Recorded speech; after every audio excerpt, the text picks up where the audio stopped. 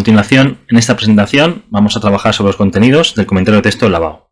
Pues lo primero que vamos a hacer es ver cómo es el comentario de texto. Bueno, pues aquí lo que tenemos es el documento, pues tiene siempre un título debajo, nos da la pista, Constitución 78, y luego hay tres cuestiones. Resuma con brevedad el contenido del texto, 0,5, señala y explica las ideas fundamentales, un punto, y luego una pregunta directa que tiene que ver con el contenido del texto, de 3 puntos. Hay que decir que el comentario de texto pues siempre o va a ser del siglo XIX o del siglo XX, es decir, del bloque 5 hasta el bloque 12. Vamos a ver un poquito en detalle cada parte. Bueno, lo primero que yo os recomiendo es que la extensión, bueno, recomienda la propia universidad, que la extensión aproximada sean 50 líneas. Yo la distribución la haría aproximadamente de la siguiente manera.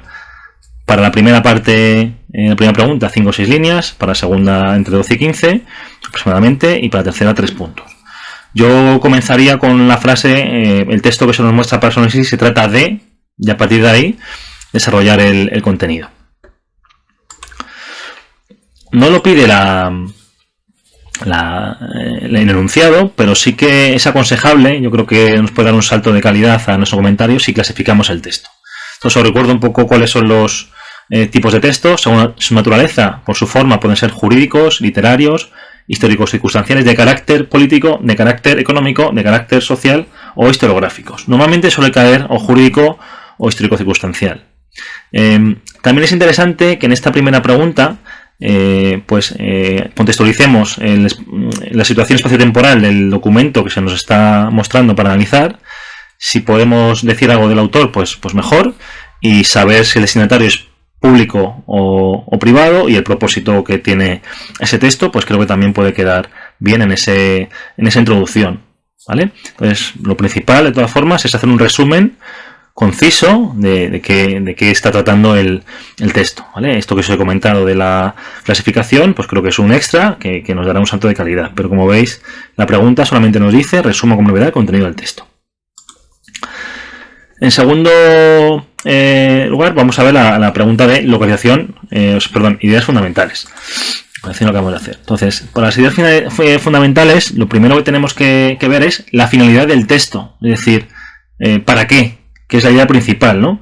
Y a partir de ahí destacamos otras ideas que suelen estar, pues divididas en párrafos o en artículos, en el que nos va a resultar más sencillo identificarlas.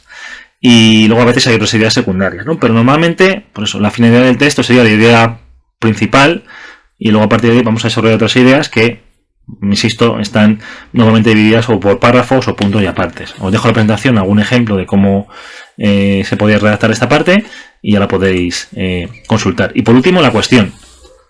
Pues en la cuestión, esa la parte más extensa de la BAU, pues habría que hablar de antecedentes, causas y circunstancias que originan el alcance del texto, los hechos en sí, los contenidos históricos de ese texto y las consecuencias, la trascendencia que tiene ese documento después de que se publique. Creo que es interesante que se usen expresiones como se trata de, se puede deducir, se expone, nos encontramos, de tal manera que pues quede un documento pues legible, de lectura rápida, fácil y comprensible, ¿no? Que no nos tenemos que olvidar que hay un corrector que tiene que leer nuestro documento. Amén de todo eso que os he contado, es importante la limpieza, el orden y que usemos un vocabulario propio de la asignatura. Bueno, pues espero que con esta presentación hayan quedado claras las ideas. Muchas gracias.